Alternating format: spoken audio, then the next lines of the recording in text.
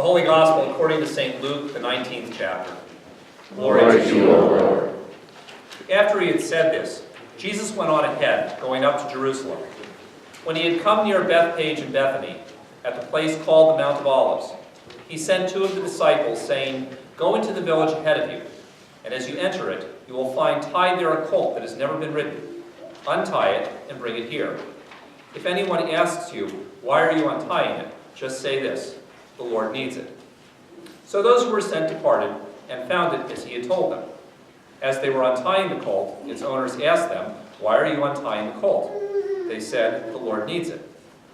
Then they brought it to Jesus, and after throwing their cloaks on the colt, they sat Jesus on it. As he rode along, people kept spreading their cloaks on the road. As he was now approaching the path down from the Mount of Olives, the whole multitude of the disciples began to praise God joyfully with a loud voice for all the deeds of power that they had seen, saying, "Blessed is the King who comes in the name of the Lord. Peace in heaven, and glory in the highest heaven." Some of the Pharisees in the crowd said to him, "Teacher, order your disciples to stop." He answered, "I tell you, if these were silent, the stones would shout out." The Gospel of the Lord. So one of the things that Donna and I often have to do in the office is we have to edit information that people send us about things that are going on at church and announcements that they give us for the bulletins and the email and the website. It's really great that people include so much information in what they send us, but sometimes it's just too much.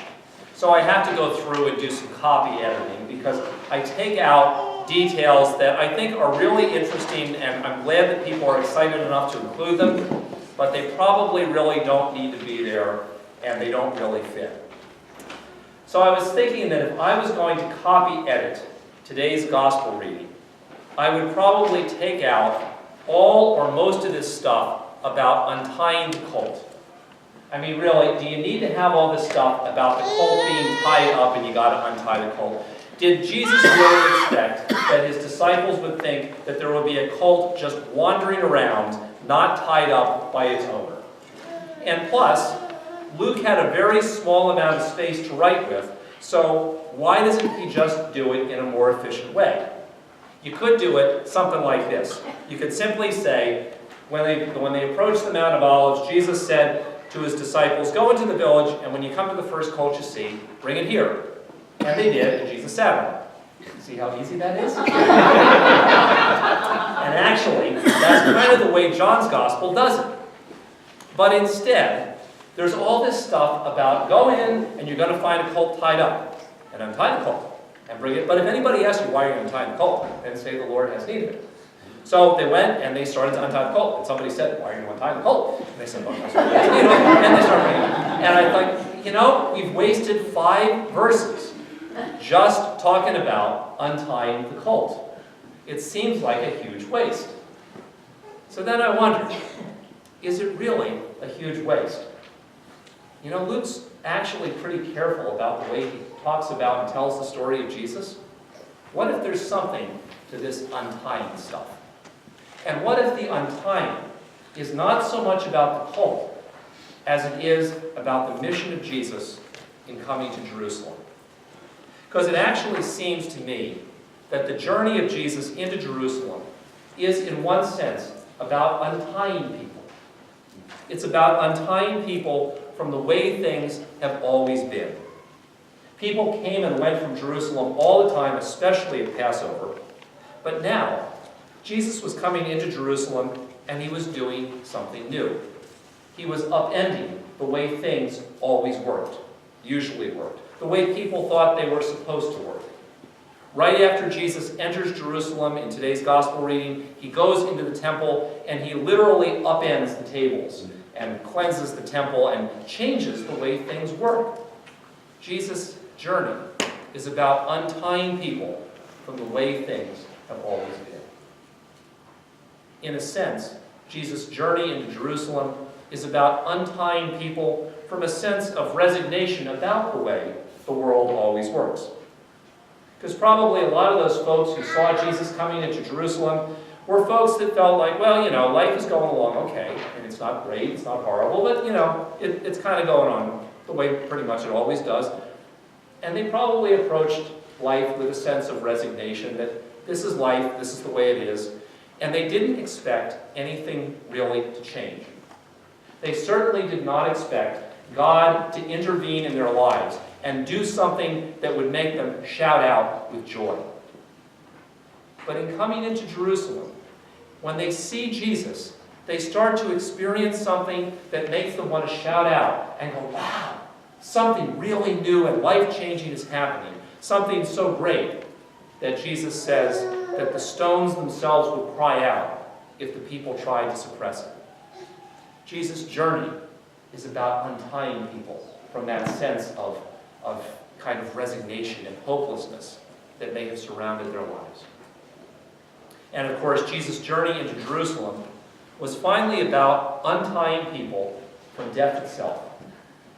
Jesus' mission is ultimately to conquer death by dying. And in his death and resurrection, Jesus showed that even death itself was not an end. And forever afterwards, Jesus' disciples would be working out in their lives how they were going to learn to live in new ways because they were untied from this finale of death. So maybe all this untying really is important.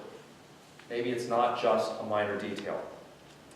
And as we journey with Jesus in this Holy Week, maybe the best question that we can ask ourselves as we think about this story in these next few days is to ask ourselves, from what is Jesus untying us?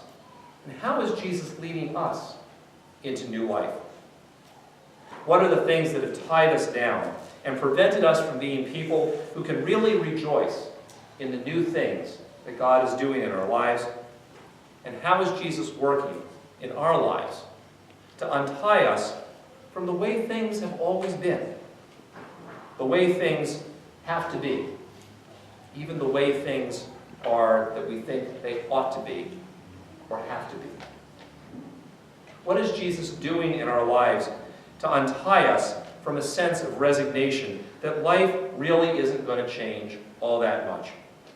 A sense of feeling that we're trapped in this temptation to just go on and go with the flow because we really don't believe that we can make much of a difference. From the feeling that God really isn't going to change our lives in any substantial way, enough to make us want to shout out with joy at the new things that God is doing. How is Jesus trying to untie us from the fear of death? Not just the fear of physical death, but from the desire to preserve our life and our comfort at all costs. From the ways that keep us in the grind of our regular old lives, instead of looking for the new ways of life, the new journey that Jesus is also trying to lead each one of us on.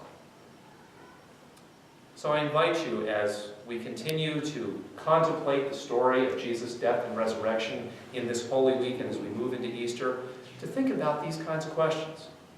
To ask, how is Jesus, in fact, untying us and inviting us to live in an untied way, journeying with him to something new?